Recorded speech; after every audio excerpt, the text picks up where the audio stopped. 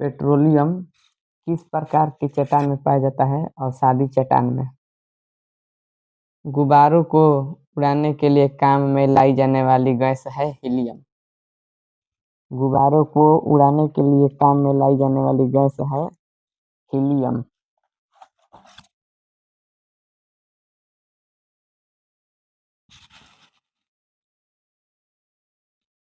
DDT का उपयोग किस रूप से किया जाता है? कीटनाशी के रूप में।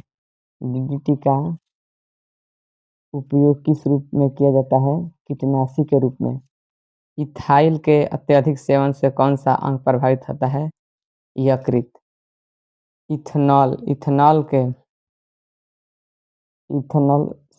गलत हो गया है। इथेनॉल के अत्यधिक सेवन से कौन सा अंग प्रभावित होता है? यकृत। सभी अम्लों में अनिवार्य रूप से पाए जाने वाला पदार्थ क्या है? हाइड्रोजन यानी H2। सभी अम्लों में अनिवार्य रूप से पाए जाने वाला पदार्थ क्या है? हाइड्रोजन यानी H2।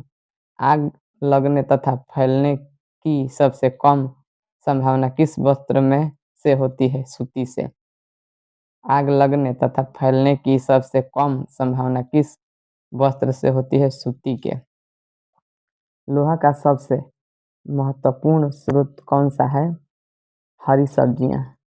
लोहा का सबसे महत्वपूर्ण स्रोत कौन सा है? हरी सब्जियां। गैसोलीन को किसके साथ मिश्रण करके गैसोहाल बनाया जाता है? इथाइल एल्कोहल के साथ। तात्कालिक ऊर्जा या शक्ति के लिए धावकों को कौन सा पदार्थ दिया जाता है? ग्लूकोज। मानव जाति के लिए ओजोन परत क्यों महत्वपूर्ण है? मानव जाति के लिए ओजोन परत क्यों महत्वपूर्ण है? पराबैंगनी किरणों को रोकने के लिए एवं रक्षा आवरण बनाती है। अंतर्ज्वर यानी टाइफाइड के लिए सामान्यतः उपयोग की जाने वाली औषधि कौन है? क्लोरोमाइसिन। इसका आंसर है टाइफाइड के लिए सामान्यतः उपयोग की जाने वाली औषधि है क्लोरोमाइसिन।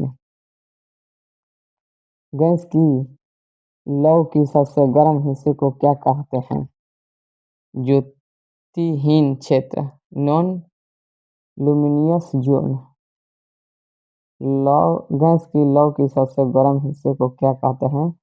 ज्योतिहीन क्षेत्र नॉन लुमिनियस जोन। सोने का शुद्ध रूप कितने कैरेट का होता है? 24 कैरेट का। सिनेबार किसका अयस्क है? पारा का। सिनेबार किसका अयस्क है? पारा का। शरीर के ताप का नियंत्रण किसके द्वारा होता है? हाइपोथैलेमस के द्वारा। शरीर के ताप का नियंत्रण किसके द्वारा होता है? हाइपोथैलेमस के द्वारा। लाल अस्थि मज्जा में किसका निर्माण होता है? लाल रक्त कणिकाओं का। लाल अस्थि मज्जा में किसका निर्माण होता है? लाल रक्त कणिकाओं का। कशेरुक दंड में कितनी हड्डियां होती है? 33। कशेरुक दंड में कितनी हड्डियां होती है? 33।